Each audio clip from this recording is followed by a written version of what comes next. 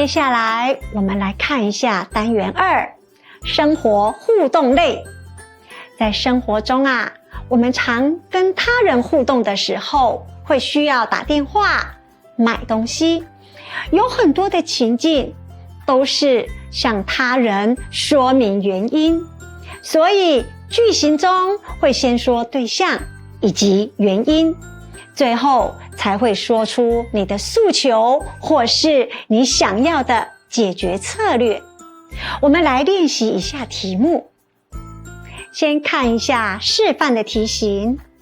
中學後唔想留啲學校練客語口述藝術，我先打電話問個木爬人，唔會用嚟講。這邊我們可以用的句型是先說對象，接下來是原因，提出你想要的解決策略。用這種方式套用句型過後，我們可以這樣回答：阿妹，同學邀請我今晡日中學過後，共下留啲學校練習客家語嘅表演，較暗地位爭轉木塔做得冇？或者是南四縣腔的朋友，你可以這樣回答：阿妹，同學邀請我今晡日中學過後，共下留啲學校練習客家語嘅表演，個暗一時能鬼做得冇？接下來我們還有另外一種題型，來看一下。打電話去問阿亮功課，係阿亮也沒接到，我用嚟同佢講呢。這邊一樣的句型，對象是阿亮嘅阿妹，所以我們叫做阿妹。原因是我們要詢問功課。解決策略呢，是不是要請他接電話呀？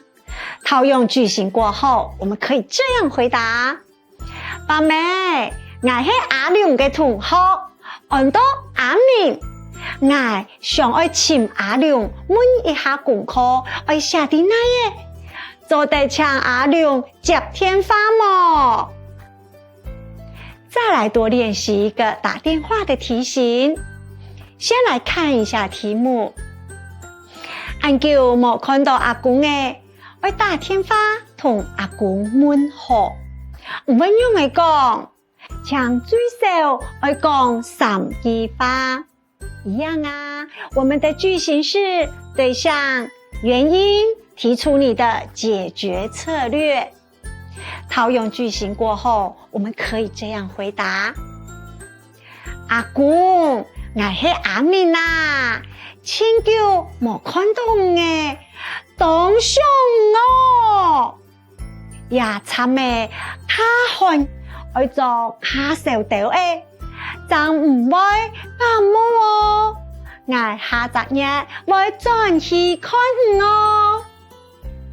南四縣腔的朋友，我們可以這樣回答：阿公，我係阿明千久冇看到嘅，該上我也參嘅個韓人，愛做歌手地位，那唔會感冒我下集日會回去看我。